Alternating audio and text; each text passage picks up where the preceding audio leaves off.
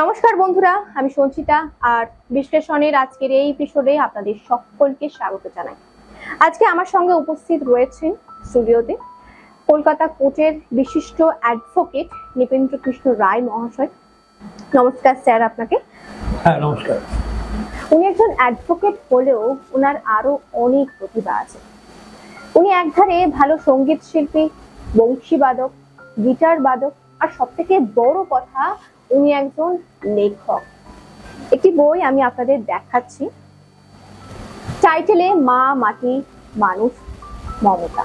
বইটিতে মাননীয় মুখ্যমন্ত্রীর প্রশংসা করা হয়েছে, মানে মাননীয় মুখ্যমন্ত্রীকে নিয়েই লেখা এই বই। বইটার লেখক অস্তিত্ব গুপ্ত। স্যার, আপনি দাবি করছেন এই বইটা নাকি আপনার লেখা। ওকে, যদি আপনার লেখা হয় তাহলে আপনার নাম তো অস্তিত্ব গুপ্ত। যদি হয় তাহলে আপনি নিজেকে কেন আড়াল করতে চান? ন্যায়সঙ্গত যুক্তিসঙ্গত প্রশ্ন, যেটা হচ্ছে তখন আমি চাকরি করেছি, আমি WBCS ওয়েস্ট বেঙ্গল গভর্নমেন্টের, তখন আমি জয়েন্ট কমিশনার কমার্শিয়াল ট্যাক্সেস। তো এটা 2010 সালে বোধহয় বইটা লেখা, 10 সালে। তখনও মমতা ব্যানার্জি মুখ্যমন্ত্রী হননি।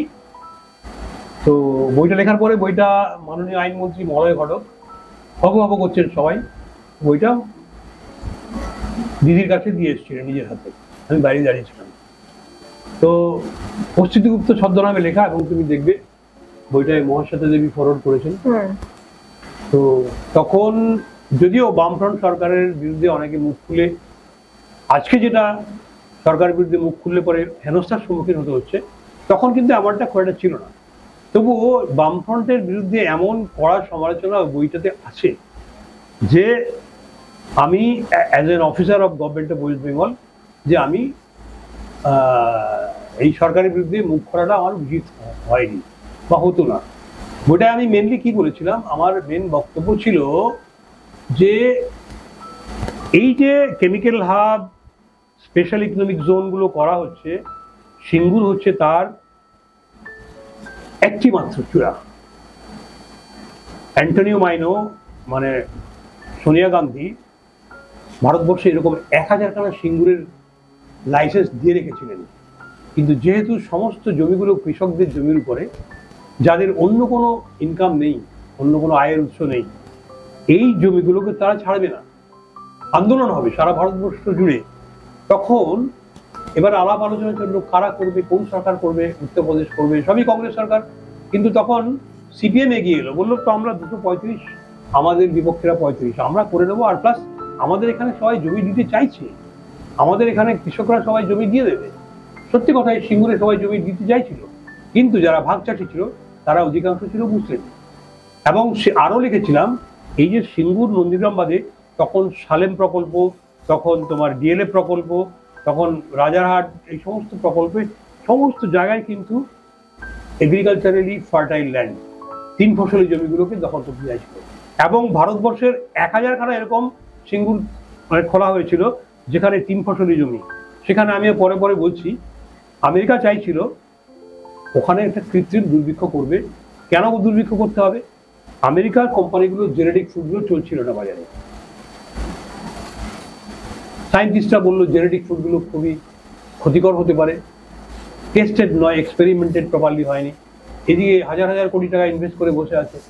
তো পৃথিবীতে দুর্ভিক্ষ না করতে পারলে, এবং ভারতবর্ষ হচ্ছে এমন একটা দেশ, এখানে এখন তো চায়নার থেকে আমরা বেশি পপুলেটেড কান্ট্রি, আমাদের মতো এগ্রিকালচার পৃথিবীতে অন্য কোনো জায়গায় প্রডিউস হয় না। এবং ধরতে গেলে আমরা যে আফগানিস্তানে গম পাঠিয়েছিলাম, আমরা যে এখনো বাংলাদেশে প্রচুর চাল পাঠাচ্ছিল, ব্যাক করে চলে এলো বিভিন্ন জায়গায়। এই যে এত বড় প্যান্ডেমিকে ভারত সরকার সবাইকে খাইয়ে পড়িয়ে রাখলো, তো এর কারণ হচ্ছে আমরা কৃষিতে মোটামুটি সফল, এবং পশ্চিমবঙ্গ তার মধ্যে অন্যতম রাজ্য ছিল। বামফ্রন্টের একটা অন্যতম সাফল্য এখানে কৃষি জমির যে ওনারা সংস্কার করেছিলেন এবং ভাগচাষী আইনটা অধিকার দিয়ে করেছিলেন। কিন্তু আজকে সিঙ্গুর, নন্দীগ্রাম সহ যদি 1000 খানা জমি দখল হয়ে যেত, ভারতবর্ষ দুর্ভিক্ষ হতো, এবং দুর্ভিক্ষ হলে জেনেটিক ফুডের বাজার হতো। তখন এবারে মানুষ জেনেটিক ফুড খেলে হয়তো মারা যেত, মহামারী হতে পারত, বা জেনেটিক ফুড স্যুট করতো না। তো আমি বইটাতে বলেছিলাম যে পৃথিবীর খাদ্যের ডিপার্টমেন্টটা হচ্ছে মা অন্নপূর্ণার হাতে। মা অন্নপূর্ণা আজকে যদি আমি বলি কালকে দুর্ভিক্ষ করব, এটা তো আর নেই, ছাতা ধর বিপ্লব করে আসি। এই যে কমিউনিস্টরা, এই যে নকশালরা বিপ্লব করতে গিয়ে কত হাজার হাজার ছেলের প্রাণ চলে গেল এদের জন্য, এই মূর্খদের জন্য। কালকে আমি যদি বলি দুর্ভিক্ষ করব, ভাই দুর্ভিক্ষ করো বা ক্যালামিটি করো, তোমার হাতে কিছু নেই। You are simply a creator of the nature. তুমি কালকে মায়ের পেট থেকে জন্মেছো, তোমার বাবা কোথায়, তোমার মা থেকে তুমি ভাবছো আমি আমেরিকার রাষ্ট্রপতি হয়ে গেলাম, পৃথিবীর দুর্ভিক্ষ করাবো, ওখানে অমুক করাবো, সেখানে তমুক করাবো, আমি এখানে আগুন জ্বালাবো, ওইখানে নর্থ ইস্টে পুরো গোলমাল করে দেবো, আমি এত বড়। আমি শর্টে বলে দিই, সেইখানটায় মমতা ব্যানার্জির ঘাড়ে মা অন্নপূর্ণা দেবী ভর করে সারা পৃথিবী থেকে দুর্ভিক্ষটাকে সরিয়ে দিল, এবং সেইখানে মমতার ক্রেডিটটা আমি দিয়েছিলাম। আপনার কথা অনুযায়ী মহেশ্বতা দেবী নাকি বলেছিলেন সমস্ত লাইব্রেরি গুলোতে নাকি এই বই রাখতে হবে। লাইব্রেরি গুলো কি এই বই রেখেছে? বই ছাপিয়েছিলাম 20,000 বই, কতদিনের মধ্যে জানি না, সব উধাও হয়ে গেল, বই বিক্রি হয়ে গেল হুড়মুড় করে। তখন তো মমতার হাওয়া চলছিল, এবং বইটা মমতার স্তুতি গান করে বইটা লেখা। বলেছিলাম মা দুর্গা ভর করেছে মমতার উপরে। এখন মমতা তখন এই যে সিপিএম কে তাড়িয়েছে, সারা ভারতবর্ষে, সরি পশ্চিমবঙ্গে মানুষের মনে যে কি উল্লাস, দিদিকে কত আশা করে এনেছে। হ্যাঁ, তো এই যে পরিবর্তনের হাওয়া, এই হাওয়ায় ভাসতে ভাসতে বইটা আর ছাপানো হয়নি। তারপরে এই যে ববি হাকিম টাকিমকে দেখে, তৃণমূলের মন্ত্রীকে দেখে আমি বুঝে গেলাম কি হতে চলেছে।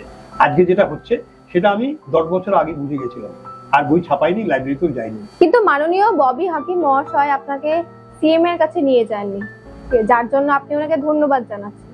ব্যাপারটা বুঝতে পারলাম, না নিয়ে যাওয়ার কারণে ধন্যবাদ। এই যে কি ব্যথার থেকে বেঁচে গেছি আমি, তোমাকে কি বলবো। ববি হাকিমকে আমি প্রাণ ভরে ধন্যবাদ জানাচ্ছি। এবং আজকে যে নচিকেতা, সৌরভ গাঙ্গুলি, এদের দশা দেখছো, এরা দিদির অনুগ্রহ নিয়েছে, এখন না পারছে মুখ খুলতে, না পারছে ট্রোল সামলাতে। আজকে দিদির কাছে যদি আমাকে নিয়ে যেত, দিদি আমাকে কি না দিত, এমপির টিকিট, এমএলএর টিকিট আমাকে হয়তো করতে। ডাব্লিউবিসিএস দিদি, মানে কে আর ডাব্লিউবিসিএস কে এর নাম কি, আরে ওয়েস্ট বেঙ্গল ডাব্লিউবিএসসি চেয়ারম্যান করেছে তমনাশ ঘোষ না কাকে, তো উনি ডাব্লিউবিসিএস কারাগার, ডাব্লিউবিএস কে এখানে দুর্গাপুরের চেয়ারম্যান করেছিলেন, নামটা ভুলে যাই কাকে, এখন নামটা প্রাসঙ্গিক নয়। সেই যে নিয়ে যায়নি, আমার একটু রাগ হচ্ছিল বটে। আমি তার বললাম এই যে ববি হাকিম, এরা হচ্ছে, আমরা ডাব্লিউবিসিএস অফিসার, অনেক পড়াশোনা করতে হয়েছে। আমি তো আইআরএস ছিলাম, সেটা অনেকে জানে না, এখানে বলা দরকার নেই। আমাদের পড়াশোনা করতে হয়েছে, এইসব মন্ত্রীদের সামনে আমাদের যেতে। আমার ছেলে এবার আইএস পরীক্ষা দেয়নি, বলছে বাবা আইএস পরীক্ষা দিয়ে এইসব মন্ত্রীদের আমাদের গোলামি করতে হবে, আমি দরকার নেই, বরঞ্চ আমি এই থাকবো। তো এই যে আইএস এর কি যন্ত্রণা, এই যে বিনীত গোয়েল, এদের কি কষ্ট, তোমার কাকে কি বলবে। তো মমতা নিয়ে যায়নি, আমি প্রাণ করে বলতে পারছি। আজকে আমি তো চটিচাটা হয়ে যেতাম। তো তাহলে আপনি এদেরকে চটিচাটা বলছেন? আমি কেন, সবাই বলছে এদের এই চটিচাটা শব্দটা, আমি চটিচাটা হয়ে গিয়ে আজকে তুমি দেখতে পাচ্ছ এই এত বড় একটা শিল্পী, সে কিরকম চটিচাটা হয়ে চুপচাপ হয়ে গেল। এই কবি সুমনের কথা বলছে, একটা কথা বলছে কি, অপর্ণা সেন বলতে পারছে কি? অপর্ণা সেন বেরিয়েছিলেন, অপর্ণা সেন বেরিয়েছিলেন, বিবেকের তাড়না আছে। আজকে আমি বেরোতে পারতাম না, ঘরে বসে যে ঘুমড়ে ঘুমড়ে আমার স্ট্রোক হয়ে যেত। একসময় আপনি মমতা ব্যানার্জির প্রশংসায় পঞ্চমুখ ছিলেন, কিন্তু হঠাৎ করে আজ আপনি মমতা ব্যানার্জি পদত্যাগ চাইছেন। আপনিও কি নেতা মন্ত্রী হয়ে গেলেন নাকি? আজকে এই পার্টি, কাল ওই পার্টি। এই পার্টি ওই পার্টি বলছো কেন? আমি কোনোদিন তৃণমূলে গিয়েছিলাম? আমি ওটা বলছি না, আপনি তো একসময় তো প্রশংসা করছিলেন মমতা ব্যানার্জি, বই তো লিখেছেন। প্রশংসা করতে গেলে পার্টিতে যেতে হয় না। এই বইটা দেখে দোলা সেন আমাকে বলেছিল আপনি কি দিদির পারমিশন নিয়েছেন? আমি বললাম লেখক পারমিশন নেবে কেন, লেখক নিজের ইচ্ছায় লিখেছেন। মমতা ব্যানার্জিকে তো ভালো তো বাসছেন বলেই তো বইটা লিখেছিলেন। না, মমতা ব্যানার্জির ঘাড়ে মানে মা অন্নপূর্ণা ভর করেছে বলেছিলাম, তার মানে মমতা ব্যানার্জিকে আমি বলিনি উনি দেবী হয়ে গেছেন। ওনাকে মমতা ব্যানার্জি ওই জায়গায় পড়েছিলেন, মমতা ব্যানার্জি নিজের প্রতিবাদী চরিত্রের জন্য ওই জায়গাটায় পড়ে গেছেন, এবং সেইখানে মা অন্নপূর্ণা দেখলেন যে একে ধরেই আমি আমার এই যে দুর্ভিক্ষের, মহিষাসুররা দুর্ভিক্ষের প্ল্যান করছে, সেখান থেকে পৃথিবীকে বাঁচাতে হবে। ভারতবর্ষের মতো যাকে বলা হয় রাইস বাউল এবং হুইট বাউল, এখানে যদি মানে এগ্রিকালচার জমিগুলো নষ্ট করা হয়, 1000 × 1000 কত হয়? আমি ক্যালকুলেট করে দেখিয়েছি এই বইতে, যে সারা পৃথিবীতে দুর্ভিক্ষ কিভাবে হতো এই ভারতবর্ষের জমি দখল করলে। তো আমি কোনো পার্টির মধ্যে নেই। আমি পার্টি বলতে কি বোঝা যায়? আমি কালকে পার্টি যেতেও পারি, নাও যেতে পারি। আর পার্টিতে গেলে যে আমি পার্টির চামচামি করে চটি চাটতে হবে তার কোনো মানে নেই। ন্যায্য কথা আমার বলার অধিকার আছে সবসময়। আমি সেটা সেদিন বলেছিলাম। আজকে সেই মমতা নেই। আর মমতাকে পদত্যাগ করতে বলছি। মমতা ব্যানার্জির একমাত্র ব্যতিক্রমী রাজনীতিবিদ যিনি পদত্যাগ করতে দ্বিধাবোধ করেন না।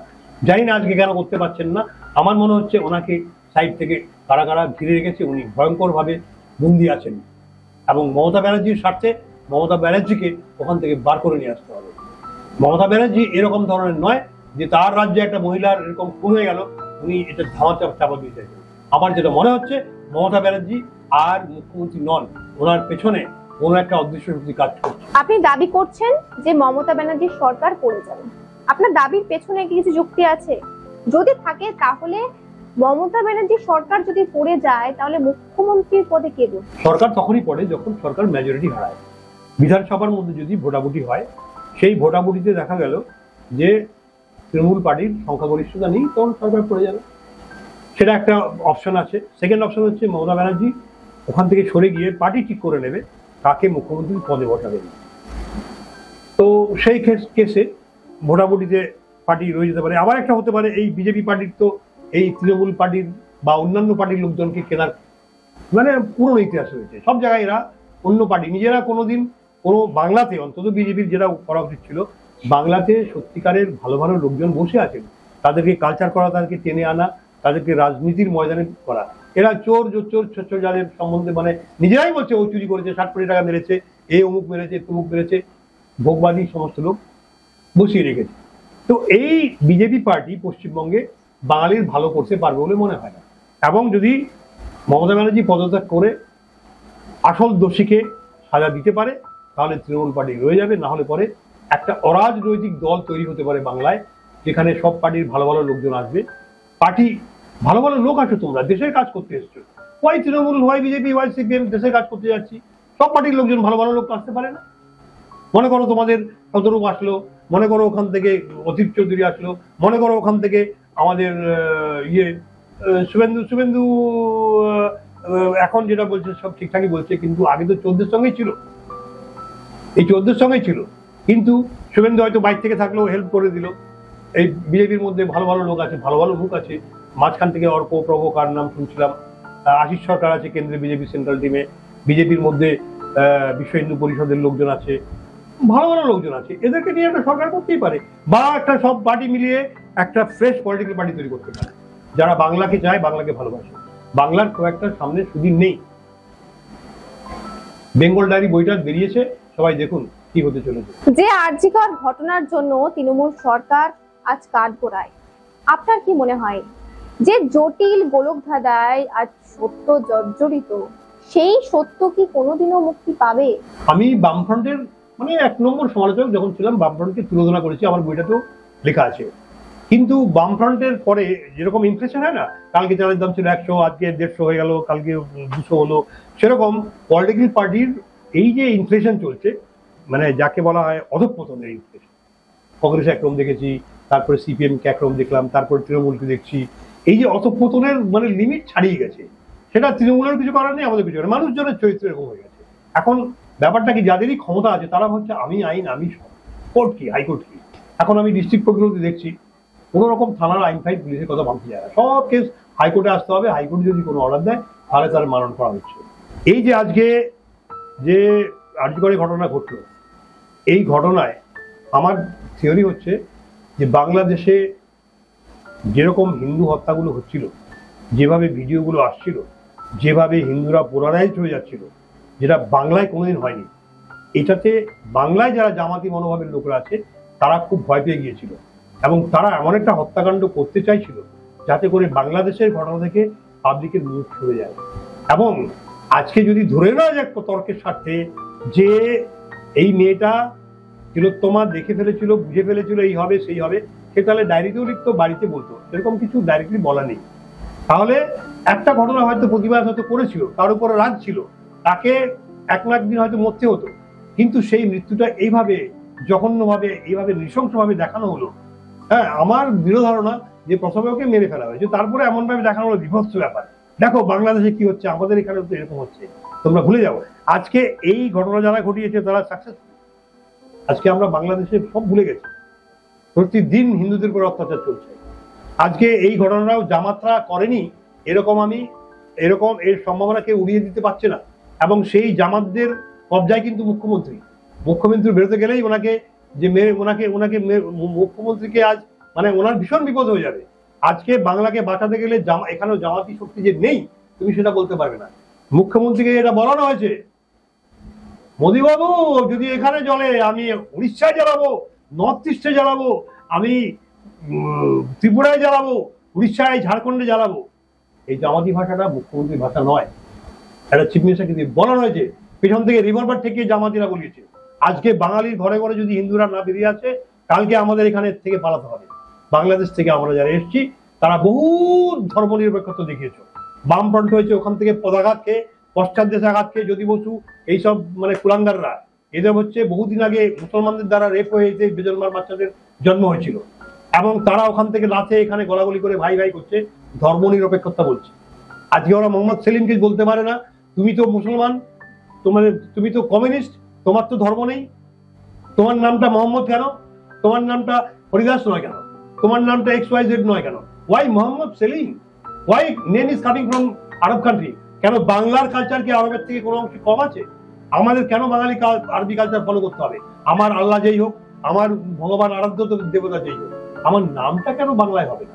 যেই বাংলা ভাষার জন্য আমরা প্রাণ দিয়েছি, যেই বাংলা ভাষার জন্য আজকে আন্তর্জাতিক লেভেলে আজকে আমাদের স্বীকৃতি হয়েছে 21শে ফেব্রুয়ারি আন্তর্জাতিক মাতৃভাষা দিবস, সেই বাঙালিরা এখানে বলে তার নামটাই হচ্ছে আত্মা ফাঁকা আমার মোহাম্মদ ইউনুস, মোহাম্মদ সেলিম, অমুক সেলিম। আরবি নাকি তোমরা? লজ্জা লাগে না তোমাদের বাঙালি বলতে নিজেকে? আজকে এই জামাত, পশ্চিমবঙ্গে এই জামাতি বিভিন্ন জায়গায় এইসব জামাতি ঢুকে যাওয়ার চেষ্টা চলছে, এগুলো বন্ধ করতে হবে। এবং এটা একমাত্র পারে মমতা বন্দ্যোপাধ্যায়।